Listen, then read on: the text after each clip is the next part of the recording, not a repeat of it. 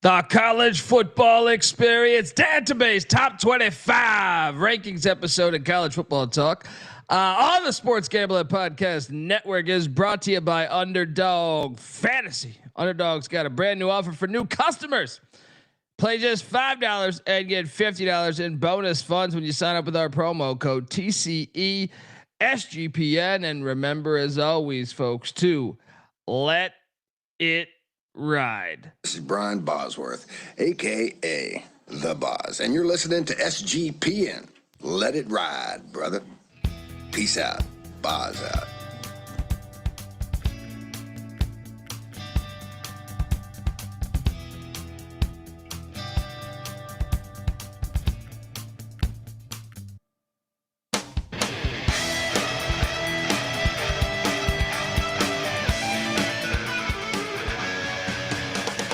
Yes, yes, yes. Woo-wee. Welcome to the college football experience. Dantabase top 25. It's early in the year.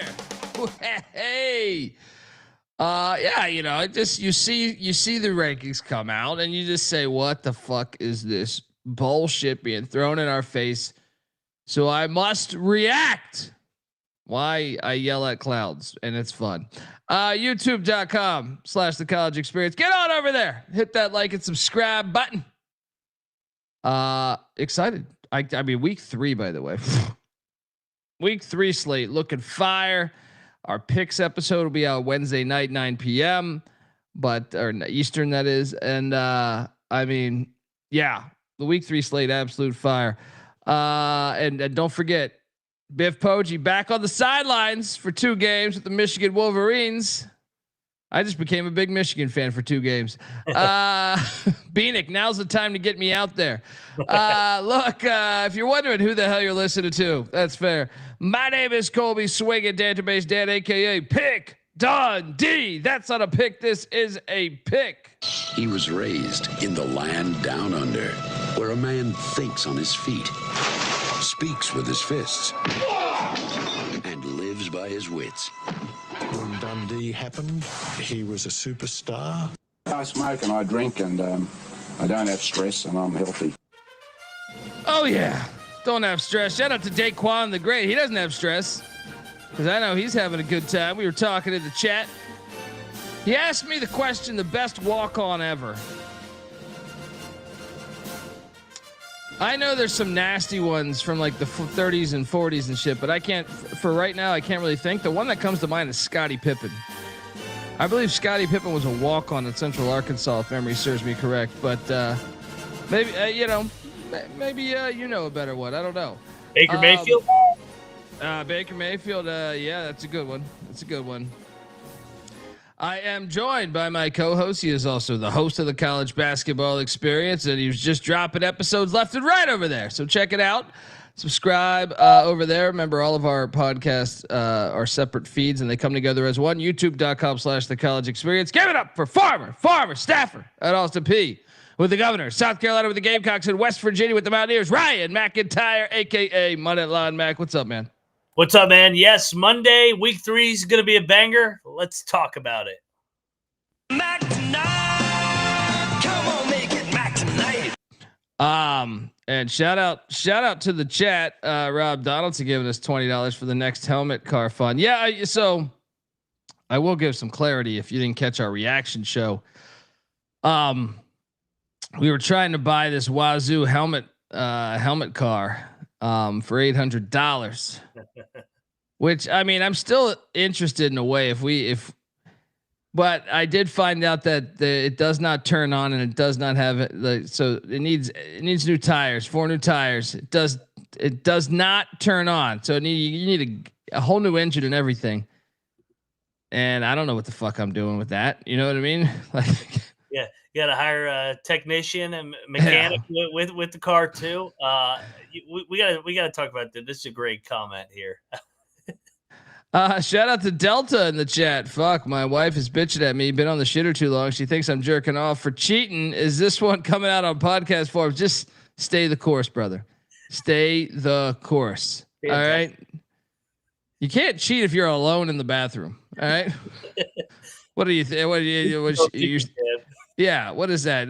Is this phone sex? Is that still a thing? You cheated with TCU. Remember that back in the day in the 90s? You had those ads on the payphones outside the 7-Eleven for phone sex. I would have never called that, right? I remember Star. No,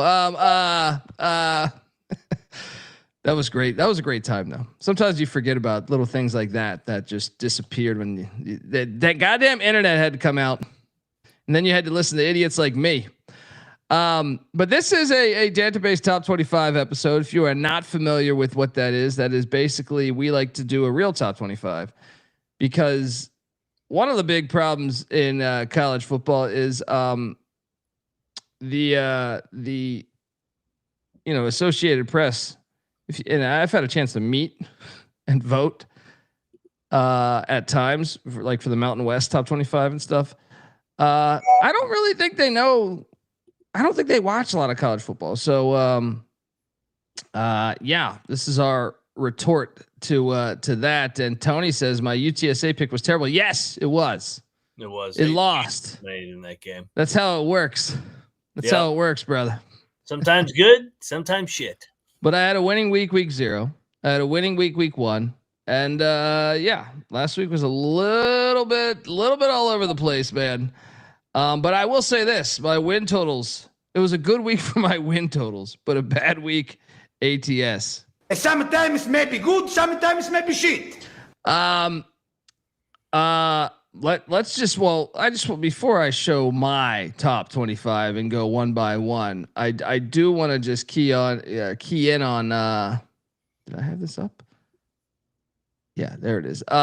So the AP top 25, number 1, Ohio State, number 2, Penn State, number 3, LSU, number 4, Oregon, number 5, Miami, number 6, Georgia, number 7, Texas, number 8, Notre Dame, 9, Illinois, 10, Florida State, 11, South Carolina, 12, Clemson, 13, Oklahoma, 14, Iowa State, 15, Tennessee, 16, A&M, 17, Ole Miss, 18, South Florida, 19, Alabama, 20, Utah, 21, Texas Tech, 22, Indiana, 23, Michigan, 24, Auburn, and 25, the Missouri Tigers.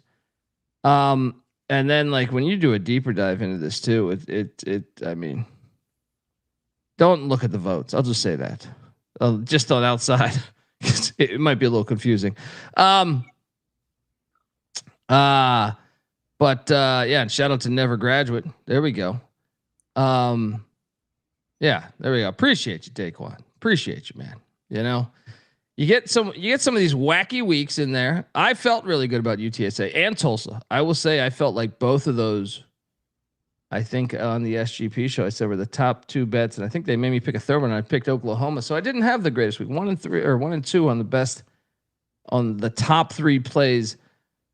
But that's what it is. But man, the top 25 came out. I mean, some of this shit is ridiculous. It's like if they just did the Dantabase, we've been doing the Dantabase top 25 for fucking years too. And shout out to Beanick. I know he tagged me in something with Josh Pate Cove. They're finally noticing that this is a gimmick, a ploy, nonsense. But I will make my case on why the rankings should be the rankings. But any other takeaways, Mac?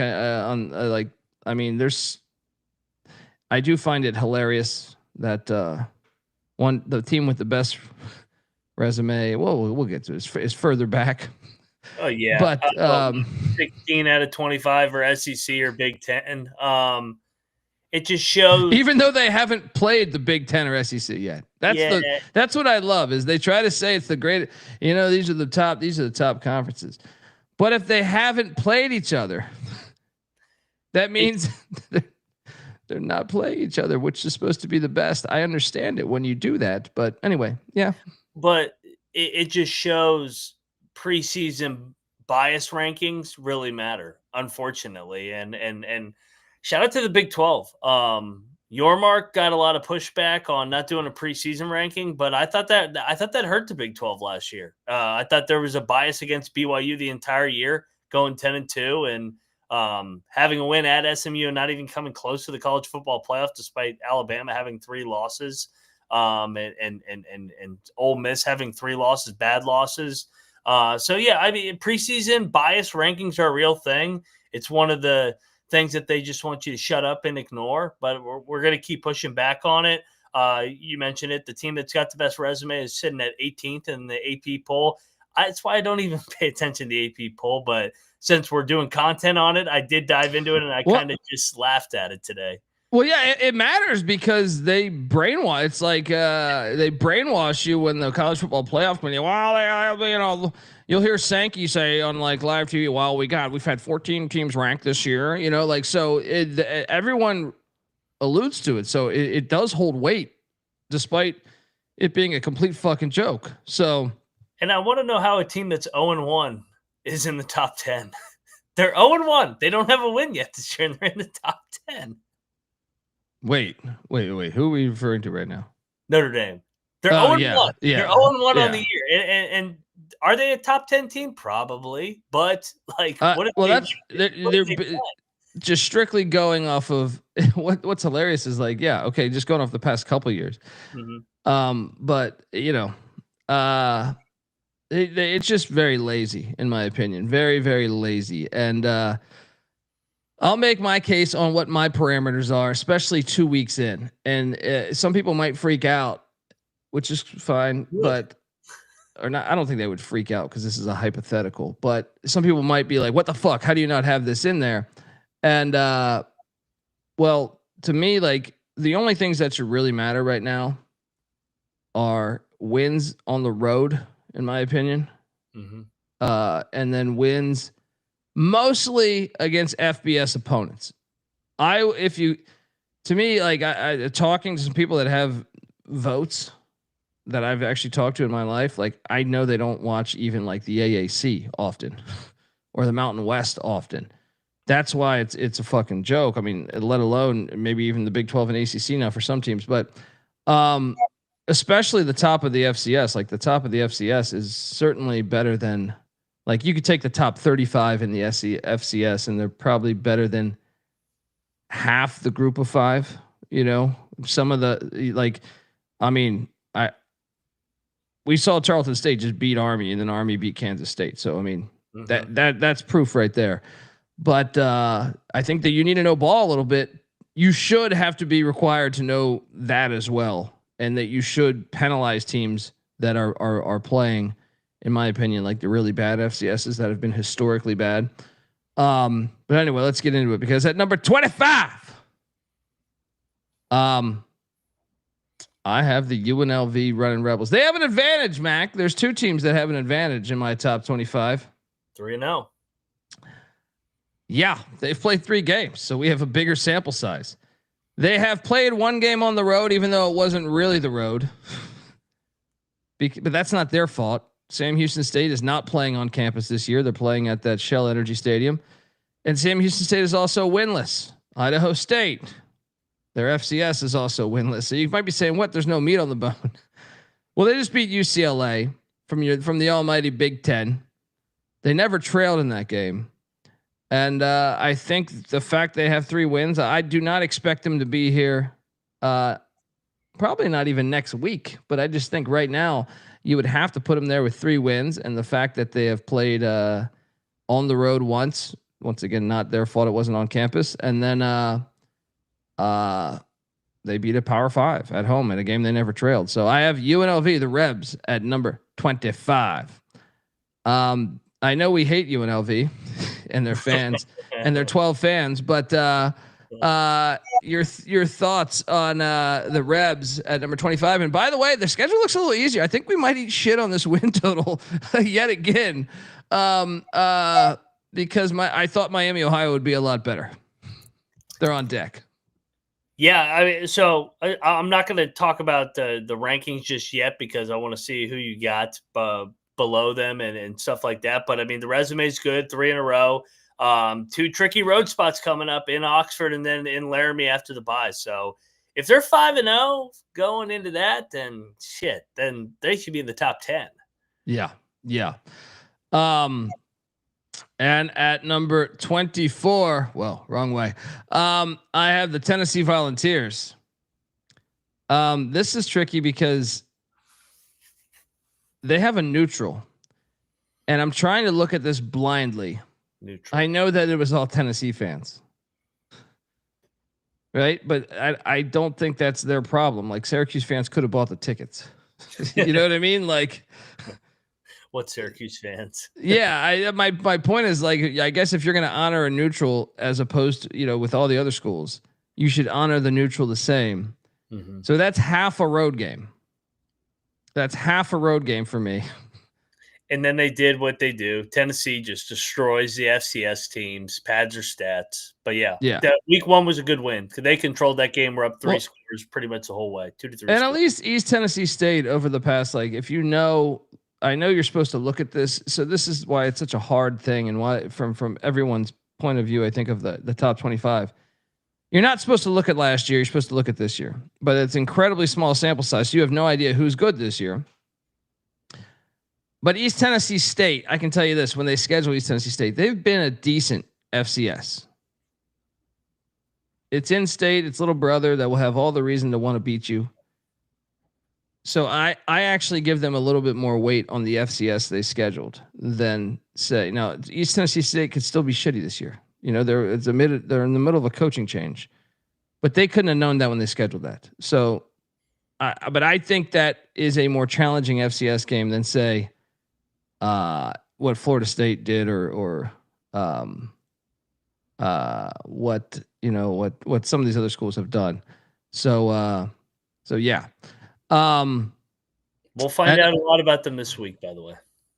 But I think if you're valuing the neutral, which, even though I know it wasn't that neutral, which that's becomes even a more complex way to measure this, is like, I guess you could pull up the mileage on these neutrals and then add that in there, but I'm not going. This is for a hypothetical. No. Tennessee at 24. And let's not forget, Syracuse did beat UConn, a team that won 9 games a season ago. That I think we were on their over. I know that should not factor into that, but I do believe UConn will be a 8 or 9 win team this season. But once again, you're not supposed to look at that. But I think that's a good win. I think it's a better win than what a lot of teams play in week 1 and week 2. So I think there's some validity into them beating Syracuse. At 23, I got to learn how to do this thing correctly. I have the Oklahoma Sooners. I had a hard time with this, man, because I didn't know how to evaluate Oklahoma and Ohio State. Those were the two that I really had a hard time with.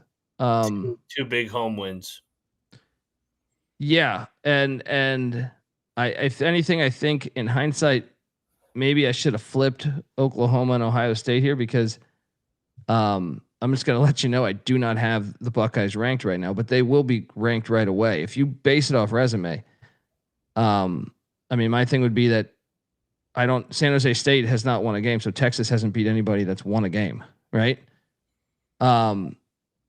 Michigan had won against New Mexico, which had also won. So that was like, okay, Oklahoma's win, even though it's just New Mexico, and we think probably San Jose State will end up better than New Mexico. Right now, New Mexico is better from a win standpoint than San Jose State.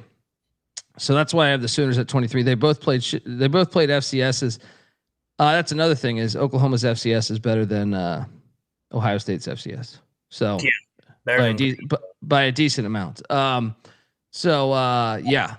Sooners at 23. At 22, I'm really, really fucking this up here. I have the California Golden Bears. Oh yeah. They hit the road. Now, here's the problem: is I have every team that's won a road game at a Power 5 ranked. I have them ranked at the worst road win, because Oregon State is 0-2, even though they've played decent competition. But you can't give it that much weight because Oregon State's kind of in this taboo. Are they group of 5? Are they power 4? They still have a lot of guys that were on rosters from a power 4 standpoint, but Cal has looked great in both games. They played Texas Southern as the FCS for the second game. I know you can say, well, Dundee, Texas is better than Oregon State. To me, yes, you are right. If I was to bet, I would take Texas to beat Oregon State. But to me, you're just looking at what the teams have done. Have you hit the road yet? Because to me, the hardest thing to do in college football is win on the road. So a road win means a lot more than anything else. And they did blow them out too. So yeah, at 22, I have the California Golden Bears. I'm going to get to 21, but before I do that, I want to let the good folks know that the college football experience is brought to you by us. We are part of the Sports Gambling Podcast Network. We got 25% off everything in the merch store with the promo code football. So make sure you get over there, get yourself an Eat Shit Pit t-shirt.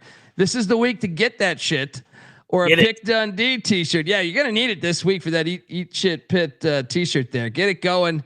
Get in the pro. There's a bunch of other great shirts. Storm the field, storm the court. All that stuff's out there. So hop on over there. Lock dog tees, all this good shit. Check out the SGPN merch store. We're also brought to you by MyBookie.ag. MyBookie is your place to bet on football and everything else. Look, their prop builder is second to none. Their motto is bet on anything, anywhere, anytime. You can easily deposit, get lightning fast payout using crypto. Head on over to mybookie.ag, and when you do, use our promo code TCESGPN for 100% bet back bonus up to $500 for new customers. That's mybookie.ag, promo code TCESGPN. We're also brought to you by Rhythm. Yes, college football is back and better than ever on Rhythm. Last season to start the first 2 weeks, they were 16-4 ATS, up 11.6 units. They also have NFL, MLB, WNBA, and golf. And look, Rhythm has just introduced a leaderboard with weekly cash prizes just for tracking your bets in the app. Track 5 bets on the same type from any model that you build, and you could win $1,000. So what are you doing, folks? Jump on over there. Get your free 7-day trial period today. sportsgamblingpodcast.com/rhythm. That's RITHMM. That's sportsgamblingpodcast.com/rhythm. All right, we are back. California Golden Bears at 22, and now we hop down to 21, and I got the Indiana Hoosiers. Now I know what you can be saying. You said you didn't rank Ohio State. It'll all work itself out. Ohio State will play better opponents coming up, and then we've done this for years. It'll work itself out. But right now, Indiana has played two FBS schools. Be it one of them is not very good in the FBS, but the other one, Old Dominion, looked pretty fucking awesome on Saturday. So I have the Hoosiers at 21. They're one of the only schools. So if you have not played a Power 5, most teams I feel like played a Power 5 and an FCS. There are a few schools in this area here where they have not played a Power 5, but they've played 2 FBS schools. And that is, you're going to see a couple other teams in the mix because they did that, which is which is harder.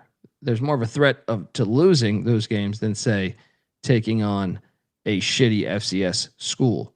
So yes, I have the Hoosiers at 21.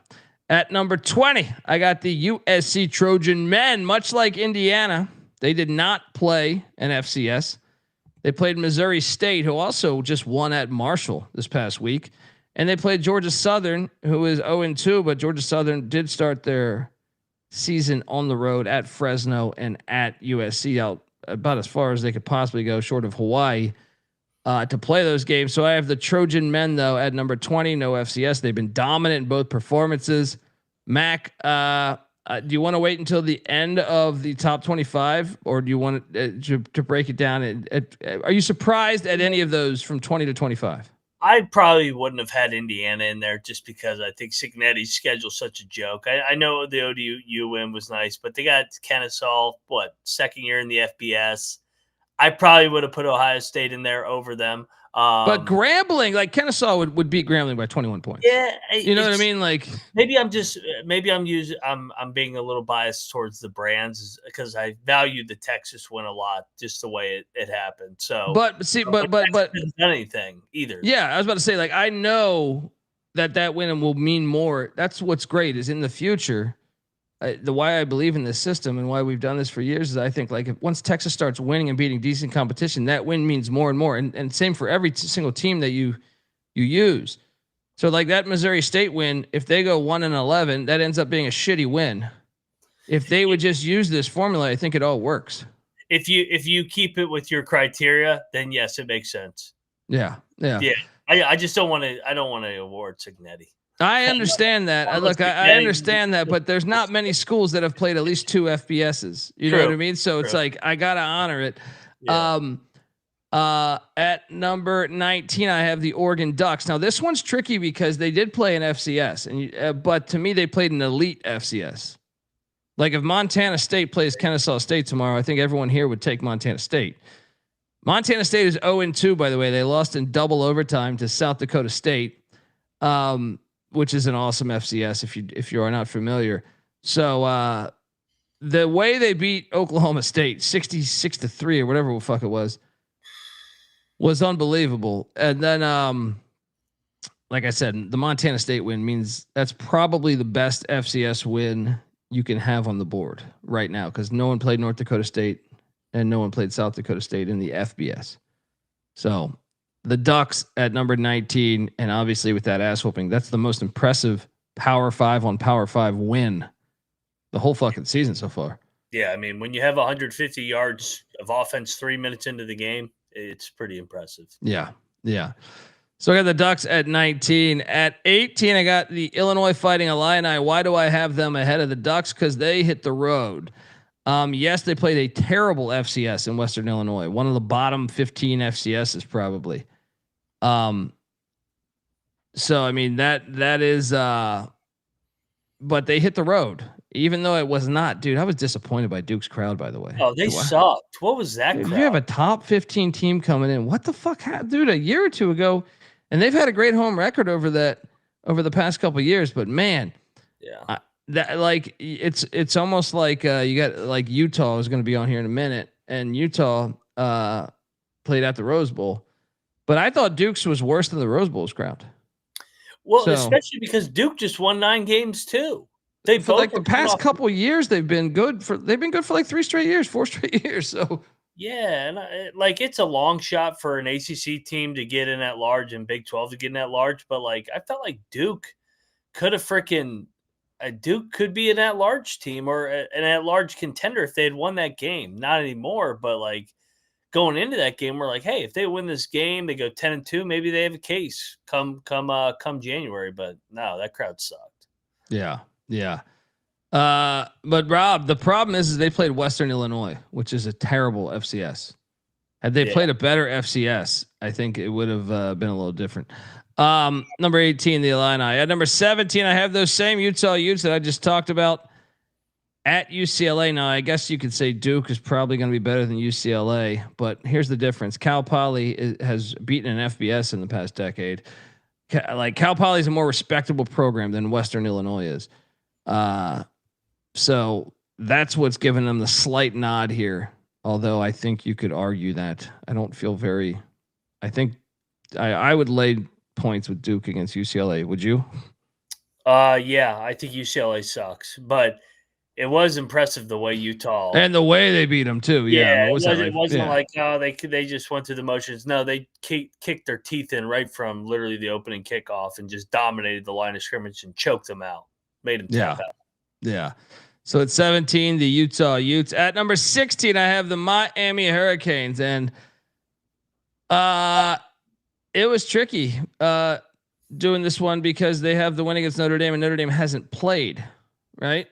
And then they have Bethune-Cookman. Yeah. But Bethune-Cookman did play in FBS week 1. So they played back-to-back FBS schools. Bethune did. This is another one where I feel like you can make the case that a win against San Jose State for Texas is better for the resume for Ohio State than Notre Dame not playing anybody.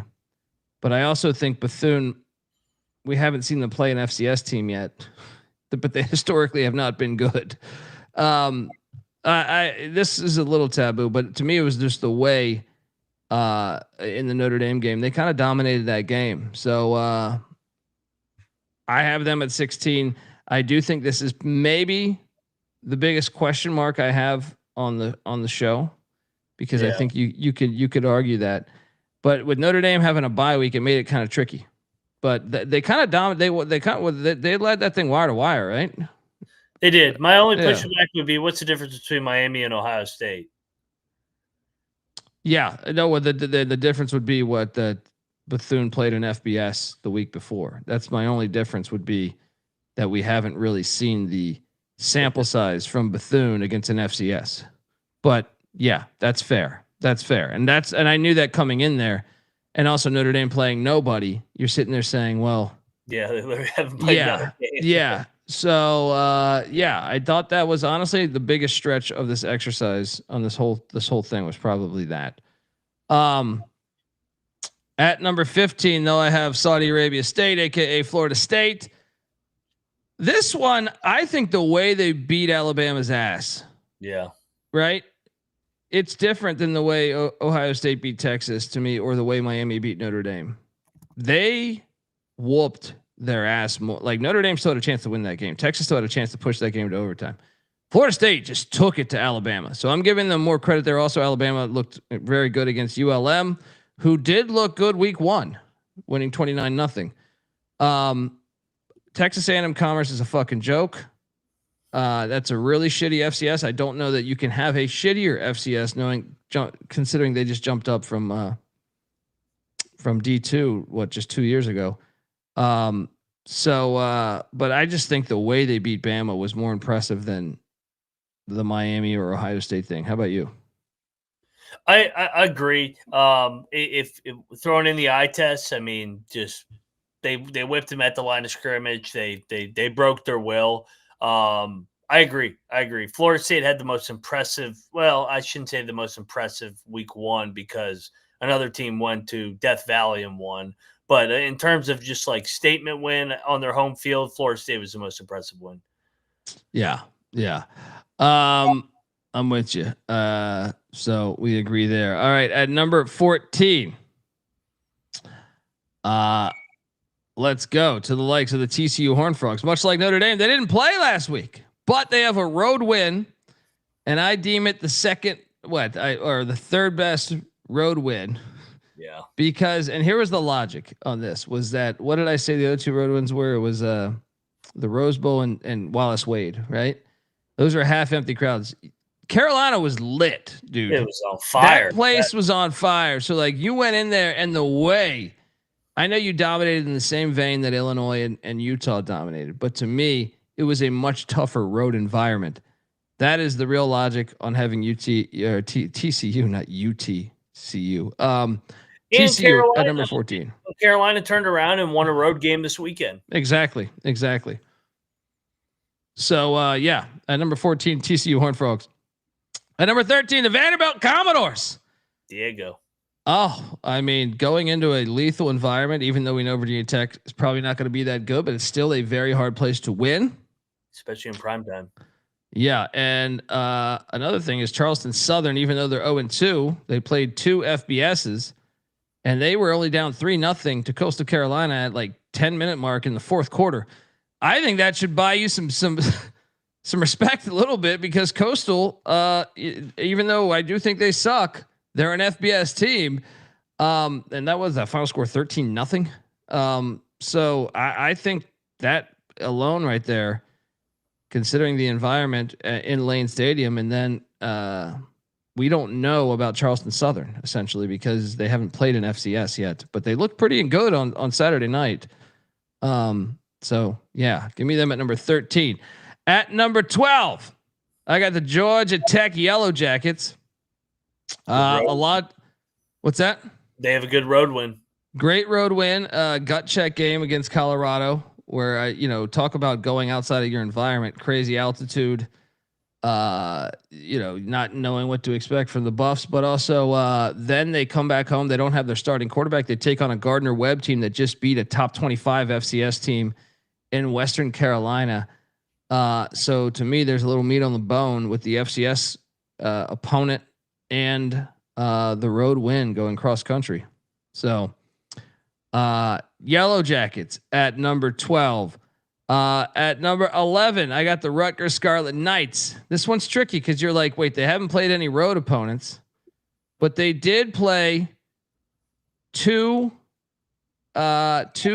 schools in the FBS, and both those schools have been very good in the FBS lately. But also, they had major leads in both games. They only won by 3 against Ohio, but they were up 17 in that game. And Ohio just beat West Virginia. Yes, Miami, Ohio has not won an FBS game yet, but they were at Wisconsin and at Rutgers. So I don't hit them too bad. Are you surprised I had Rutgers at number 11? Maybe a little bit, just because they haven't had a road win. I probably would put, I don't know. They like comparing Indiana's 2 home wins to theirs is not even close. I mean, Ohio and Miami of Ohio both played in the MAC championship last year. And then Ohio U really validated themselves beating the Mountaineers this last weekend with Navarro. And I mean, everybody knows how good he is. So that was a really good win on opening night.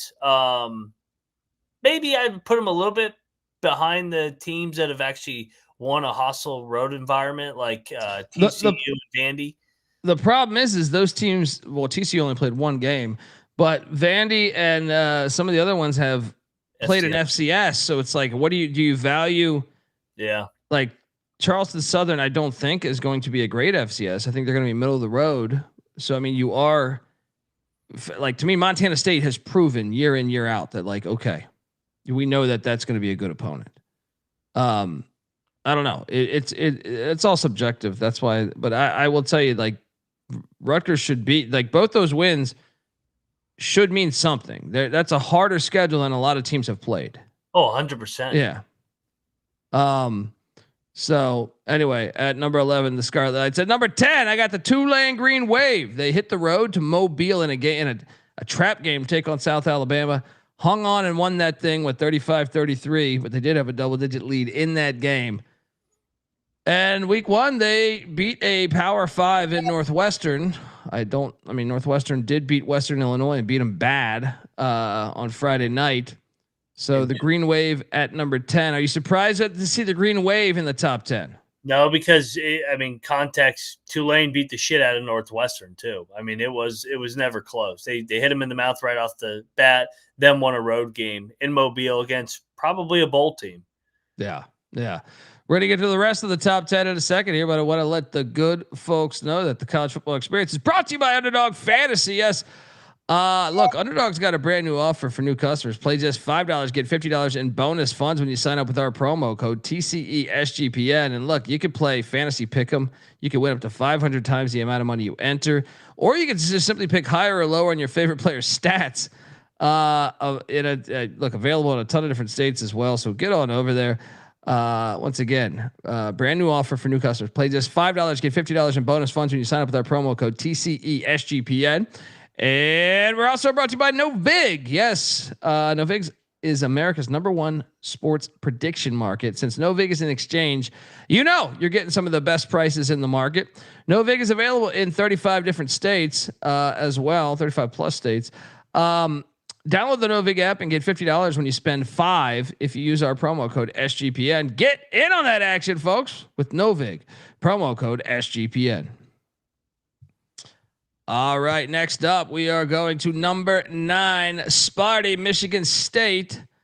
First off, they have yet to play an FCS, and they just beat Boston College, a Power 5. Although it wasn't super convincing, it was still a night power. I mean, BC scored 66 the week prior. For sure. Yeah, that was one of the better games of the Saturday. But then they also took down Western Michigan. Western Michigan is winless, but they were in overtime against North Texas. Double overtime loss to North Texas.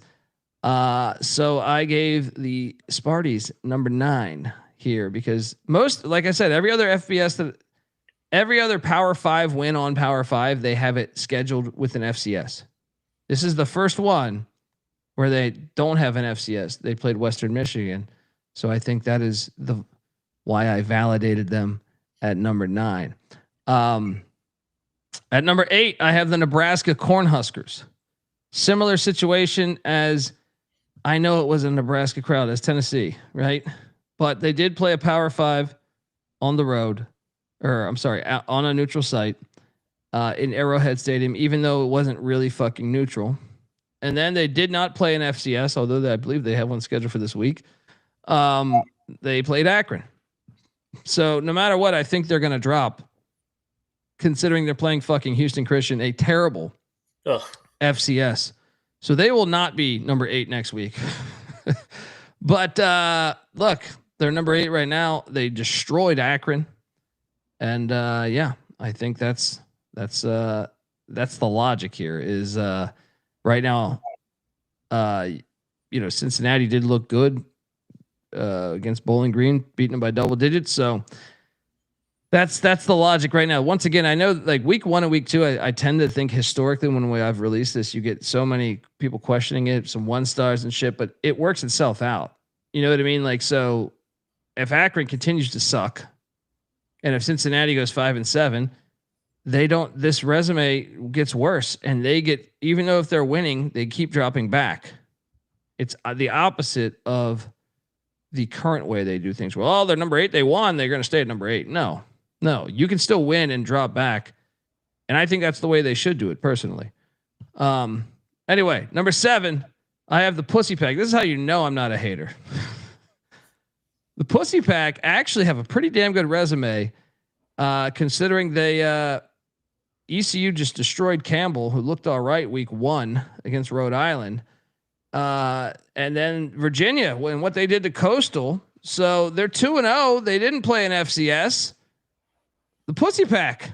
I think the logic here is, Virginia is probably in the same vein as Boston College, right? Mm-hmm. To compare it to Michigan State's, and then East Carolina's a lot better than Western Michigan, and it's a rivalry game, and they won that. So I have the Pussy Pack at number 7. What do you think about that? I was going to push back on Nebraska a little bit just because I treated that as a home game. I would have put Michigan State, or I would have put Tulane above them just because they have a road win and a Power 5 win at home. So, but I agree. NC State here at number 7, they have a good resume. They have 2 good wins against what I think is going to be 2 bowl teams. I think Virginia is good enough to get to a bowl after watching them through 2 weeks. Me too. I think that's one we might be off on from the preseason. At number 6, I have the Ole Miss Rebels because they won in a very toxic environment. And then week 1 was against Georgia State. Now, Georgia State is 0-2, but they're an FBS. And I think the fact winning at Kentucky, who had won the previous week against Toledo, who's a good team. Yeah. I think is a better road win than mixed with an FBS opponent. Once again, no one else has that with a nice road win that I've mentioned so far.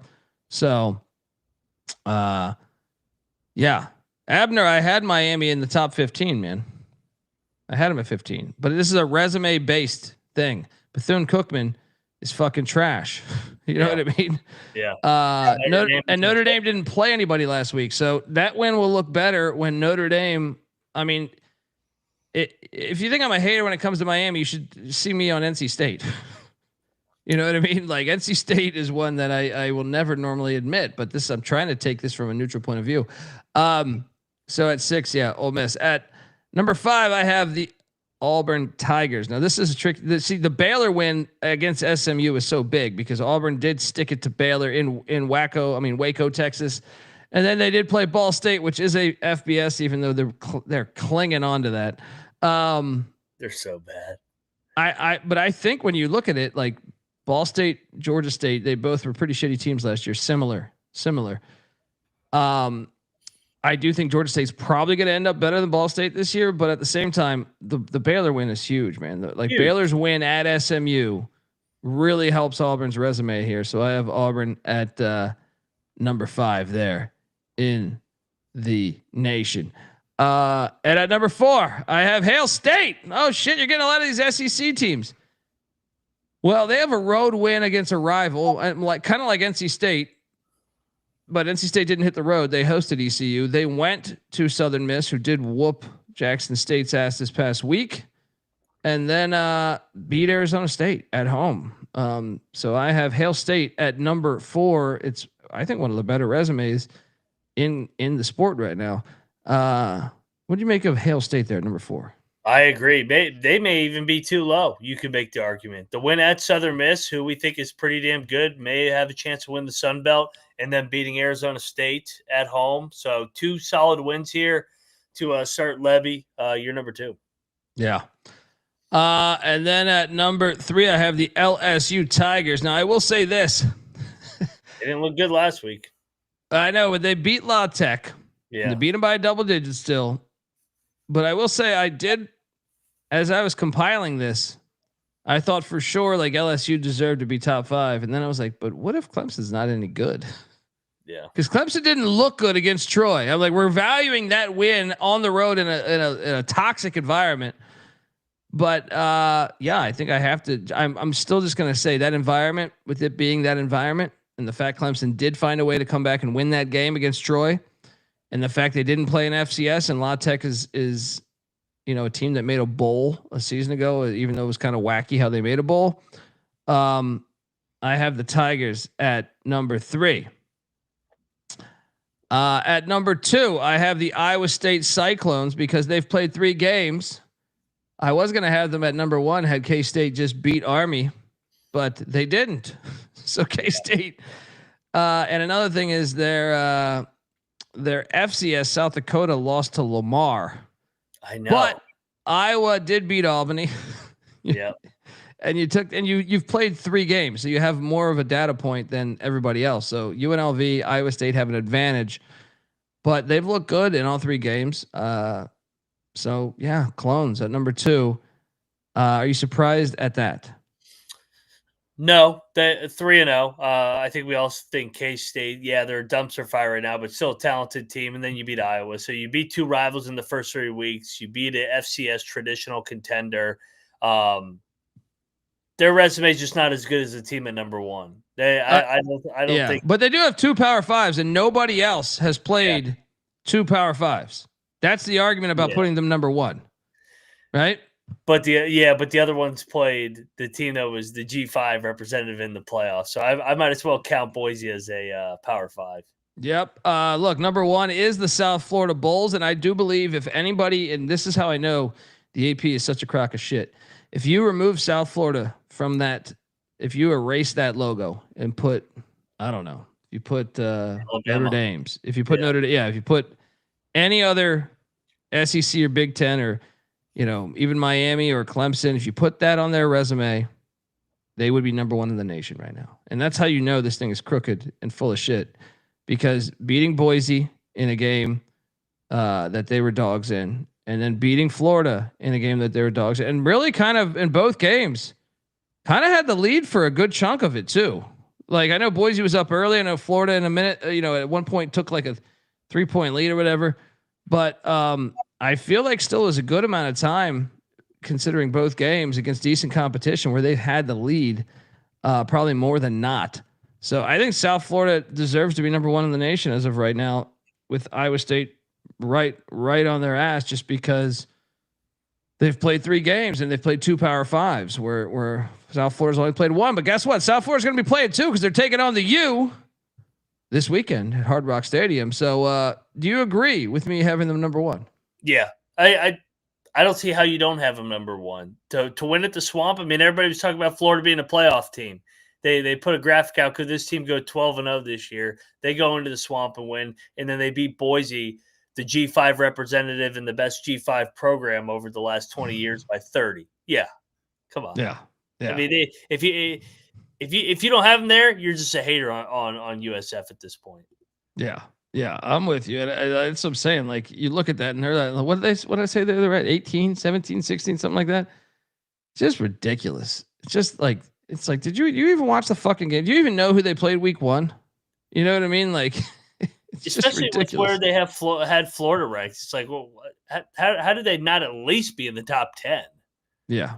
Yeah. Well, then Boise was ranked in the AP's version. Boise was what? Top 15 last week, right? Or what I forget what number they were, but they were definitely ranked. And then top 25. Yeah. So there's only one team based on their shitty little AP rankings that has 2 top 25 wins, and they're just completely disrespecting their own rankings. Yeah. It's just not consistent. So, all right, look, now I have, you think we're done? No, we're not done. We're 50 minutes in, but there's still, I'm going to try this new thing called the Land Down Under, folks. Moneyline Max about to go to the Land Down Under. Yeah, look at this music. It's just nice. It's very nice.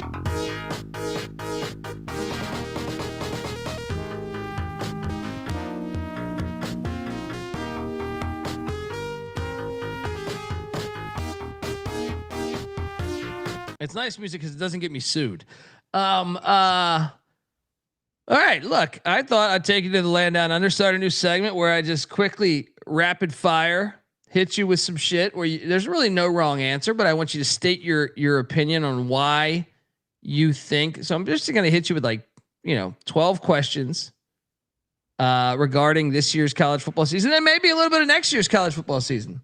So let's do it. With that being said, let's start the Land Down Under. Moneyline Mac.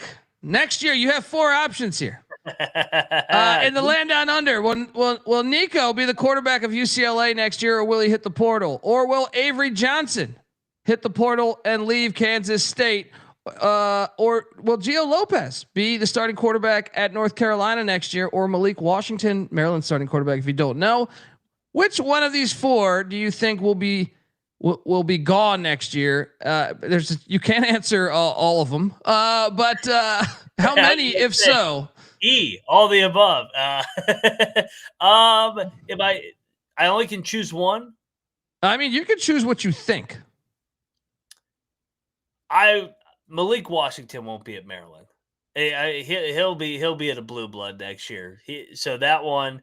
I would be surprised if Gio Lopez was back at Carolina as well, especially with the way it started. I think that they're going to upgrade after seeing what they were on Monday night. The first 2, I kind of feel like they are going to stay where they're at. I don't know about Nico, man. If UCLA goes 2-10, I could totally see him being like, "Fuck this, I'm out." Where's he going to go? No, some of those other schools, right? We'll take UCLA might say we need you to go. I think Avery Johnson's gone, dude. I know the only reason why I would say maybe you're right is he's from Kansas. Yeah. But I think he's fucking gone personally. Or maybe they switch OCs. Maybe Wells gets fired. Yeah. Something ain't sitting right, I feel like, in that locker room. So I think when I was doing this exercise or writing this up, I was like, I actually think there's a little bit more of a shot that Lopez could be back at Carolina. He might not be starting, but he could be back. Whereas I think Avery Johnson and Malik Washington were the 2 that stood out to me. Yeah, I was going to say, if I had to say which one's most likely, Washington, especially with Loxley on the hot seat, and Maryland's about to go 1-8 in the Big Ten after what we saw against Northern Illinois the other night. Yeah.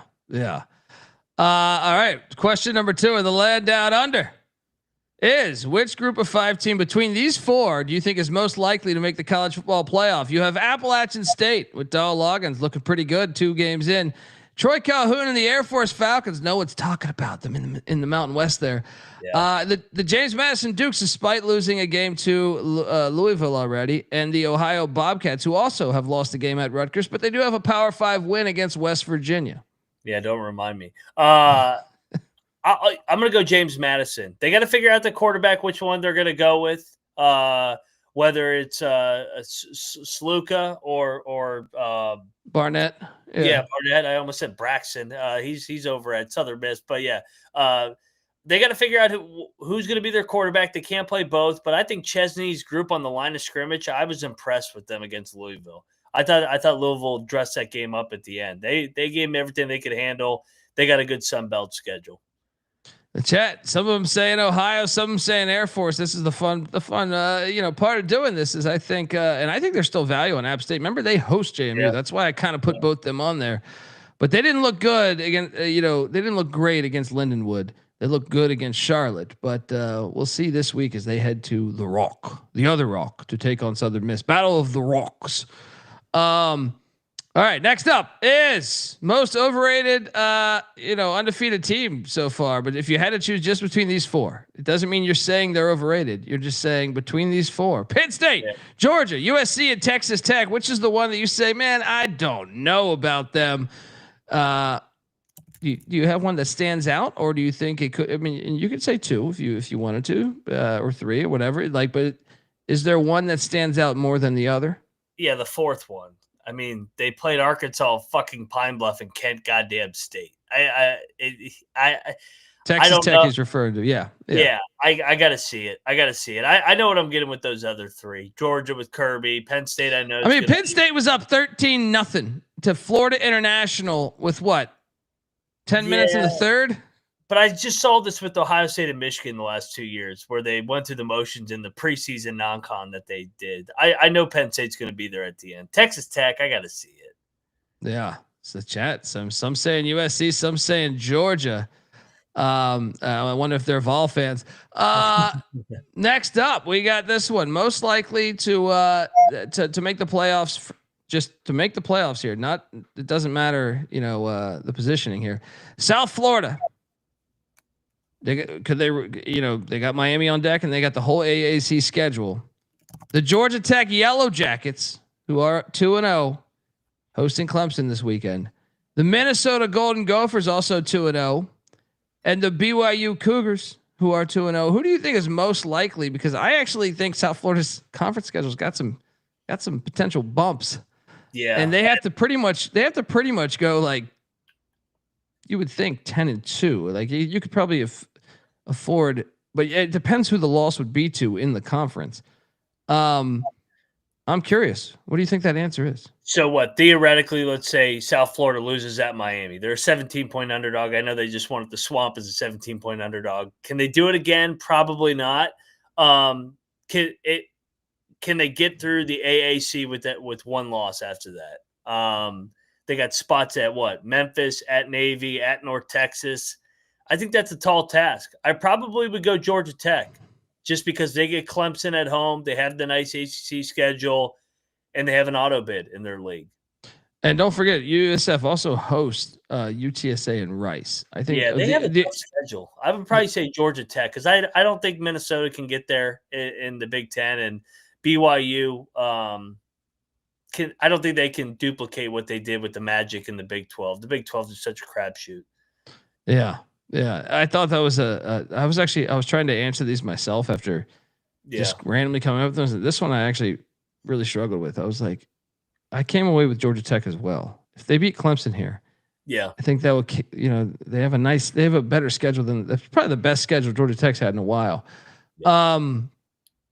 So yeah. All right. Next up, we got this. Which is more likely for week 2? Wyoming. These are all schools that are hosting Power 5 schools. Wyoming is to beat Utah. Temple to beat Oklahoma. Missouri State to beat SMU, or Arkansas State to beat Iowa State. I think it's got to be Wyoming over Utah because this is the second road spot in 3 weeks for the Utah already. And we know what Laramie is. Laramie's magic at home, and it's coach proof. I mean, even before bowl, Laradice has just a way of there's magic up there in those mountains. Yeah. I mean, I'd love to see Temple. There's going to be nobody at that game. Missouri State will be lit. Arkansas State, I just don't know. I think it's Wyoming over Utah. I think I agree there. Just that place has just done it so many times in my life that I'm like, okay. All right. Next up, we got this. Most likely week 2 upset here. Eastern Kentucky. These are ones that are hitting the road. At Kentucky, Western Michigan at Illinois, Oregon State at Texas Tech, or Louisiana at Mizzou. Which one do you think is the most likely to happen percentage wise? I would say Louisiana over Missouri, off the border war. I mean, we saw the way Missouri celebrated after that game. But we've seen Missouri under Drinkwitz have games where they've played with their food against Middle a couple years ago and other games. So I would say the Raging Cajuns would have the best shot to beat Missouri on the road. For me, it was either that or Western Michigan. Yeah. I thought those two, but I could also, I in my head, I was like, it wouldn't shock me if Creighton got Kentucky. They looked like shit last week, but after he lost to LIU, yeah, it wouldn't shock me, but actually, I'm gonna flip flop because we just saw it with Army. You drop an FCS game at home, then you go on the road as a heavy dog, and then you pull off a stunner. It would not shock me if Eastern Michigan beat Kentucky. I could just see Kentucky being like, "Oh, we got a bye week. This team just lost to fucking Long Island." Yeah, coming off that crazy Ole Miss game, kitchen sink game. Yeah. Shout out to Mastro in the chat. It's finally catching a live stream. Awesome show, fellas. How about them San Marcos Bobcats, baby? Great win, even though I lost a lot of money on it. Because I did take those Roadrunners. But you know what? I'm glad you won. Sticking to those filthy dome Roadrunner bullshit, I mean, I'm glad you won now that it's past me losing my money. I got over that. If you had asked me this on Saturday, would have got a little worse. Next up here, what about this one? More likely, Power 5 on Power 5 or ranked on ranked, I think / Power 5 because South Florida. But Georgia Tech beats Clemson, Vanderbilt beats South Carolina, Arkansas beats Ole Miss, or South Florida beats Miami. What is the most likely one here? I think all of these. Well, no, I think some of these are 6.5 point spreads. Yeah, Vandy's 5.5. Arkansas, I think, is 8.5, and then Georgia Tech is 3.5, and obviously the USF being the big one. What do you think is most likely for this week? I mean, I know that Vegas is telling us it's Georgia Tech. Even though I don't know if they're going to get it done with Haynes King being still banged up a little bit and Clemson kind of just going through the motion so far. I think it's got to be Georgia Tech with what we've seen under Brent Key being a giant killer as a home dog. And Clemson has dropped games in ACC road games early in the year. So it shouldn't shock anybody if Georgia Tech beat Clemson this weekend. Yeah. Vanderbilt. Well, no, Vanderbilt's had their problems with winning in Williams-Brice Stadium.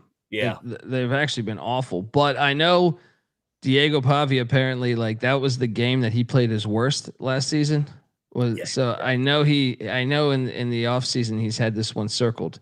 I think more than Virginia Tech or some of these other ones. I think this is the one that he played pretty shitty, and he's just, okay, we're going to figure this out.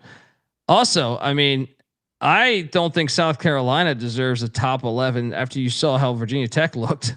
Vanderbilt looked way better. That's something about this poll. Vanderbilt's not in the top 25, by the way. And South Carolina's number 11. Right? I mean, how ridiculous is that? One played neutral. Vanderbilt goes 2 lane and wins by 20, 30, whatever the fuck that final number was. Complete disrespect for my Commodores and Diego pissing Pavia. All right, next up. All right, which FCS is most likely to win between this? Eastern Kentucky at Marshall. Merrimack, who almost got Kent State. They're heading to Kennesaw. Yeah. Monmouth heading to the Clit to take on Tim Albin's bunch. And New Hampshire at Ball State, which I think on a preview we might have talked about. Which one do you think is most likely? And I'm curious, how many do you think can win this outright? I think all 4 can win outright. Yeah, I think so too. This might be a money line round robin. That we probably should. The more I think about this, which one do you feel most confident in not happening? Like the upset not happening? Is it Kennesaw? Probably Marshall, just because they just dropped a home game to Missouri State. I don't think they're going to lose back to back, but goddamn, I mean, but EKU is probably better than Missouri State was in the FCS. Agreed. And the Merrimack already almost beat Kent State. To your point, Monmouth has looked impressive 2-0. Charlotte struggles to score, and then New Hampshire. Is New Hampshire going to be favored in that game? I think New Hampshire's going to whoop them, dude. I think that would upset. I mean, Ball State's got. I mean, I don't know. I feel like this is not a bad money line round robin there. Yeah. Hilarious. Yeah. So which one do you think is most probable to get the win? You think is New Hampshire? New Hampshire. Yeah. Then probably Monmouth. Yeah. Yeah. Oh man, that's tough. All right, only a few more of these, then we'll get out of here. But what about this FCS battle here? These are all against Power Fives. That's the difference here. William and Mary is at Virginia. Towson is at Maryland. Youngstown State's at Michigan State. And Abilene Christian's at TCU. What is the most likely outcome for a upset happening between those four, do you think? Well, real quick, I want to look at the look ahead. So just looking ahead, Virginia, because I mean, you want to catch somebody on a look ahead spot. So week 4, pulling it up, Virginia has Stanford, not really a look ahead. Maryland has Wisconsin, that could be a look ahead. Michigan State's off the overtime win. They have at USC. Oh, that might be the one. Yeah. Or TCU has SMU, the Iron Skillet, the final one. I'm going to go Youngstown. I'm going to go Youngstown at Sparty just because Sparty likes to play close games, hasn't blown anybody out.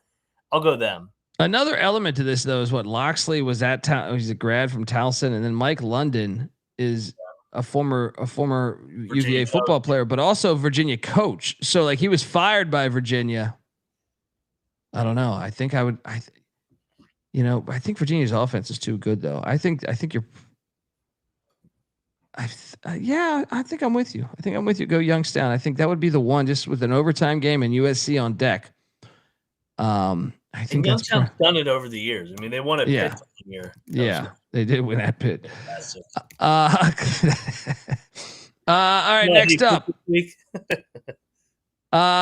Which first-year coach has been more impressive between Brian Smith at Ohio, Casey Keeler at Temple, Jason Eck at New Mexico, or Matt Entz at Fresno State?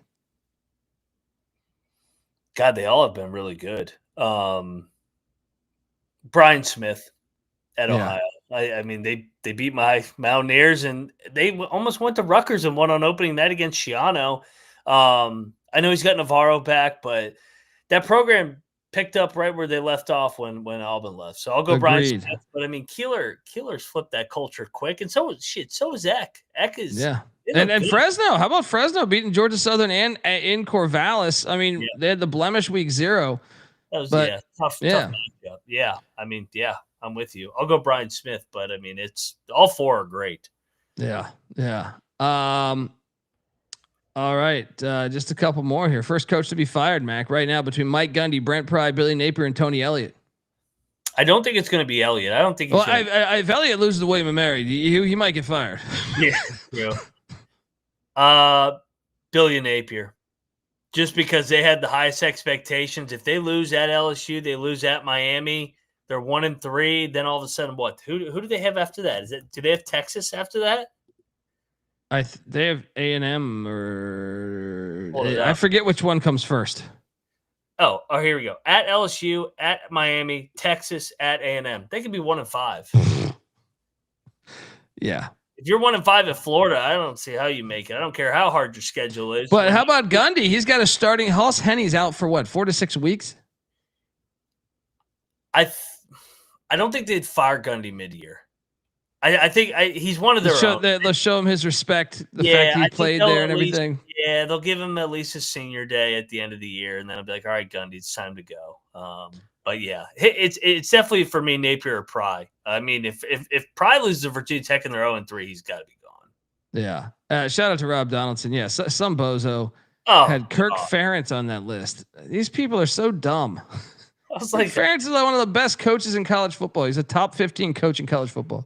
Did you see what I replied? I said there's a better chance of Ferentz getting a statue built this year than him being fired. Like, what are you talking about? Unbelievable. Like, he'll just because he lost by 3 to Iowa State. Yeah, everybody's crowned a top 10 team.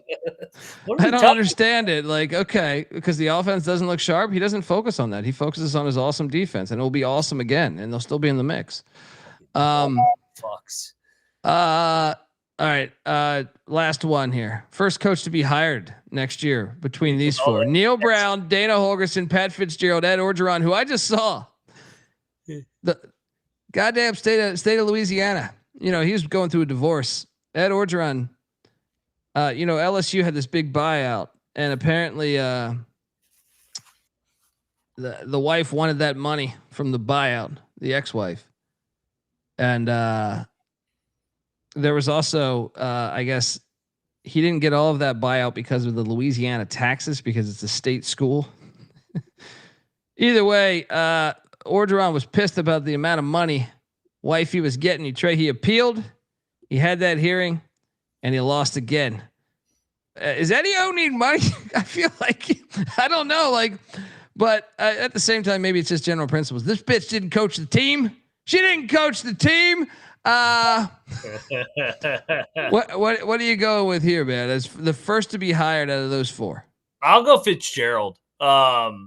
He won that bullshit lawsuit. He's good to go. You just put the question is, well, hold on. I'm going to ask you this for two questions. And what team? I don't think Fitz will take a group of 5 job. I think Fitz wants a power job. I think he kind of wants to stay in that area that he's known. Cincinnati, maybe if Ferentz did retire at Iowa, we were joking about that on the TCE account.